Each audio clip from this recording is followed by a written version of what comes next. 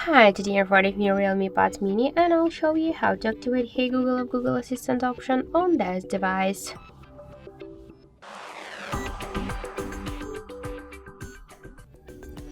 So let's first open Google app, then tap on the right upper corner and go to the settings.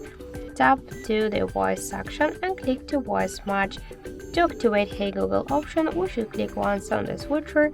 After that, tap to more, next, I agree, continue, and we can see that the Hey Google option successfully activated.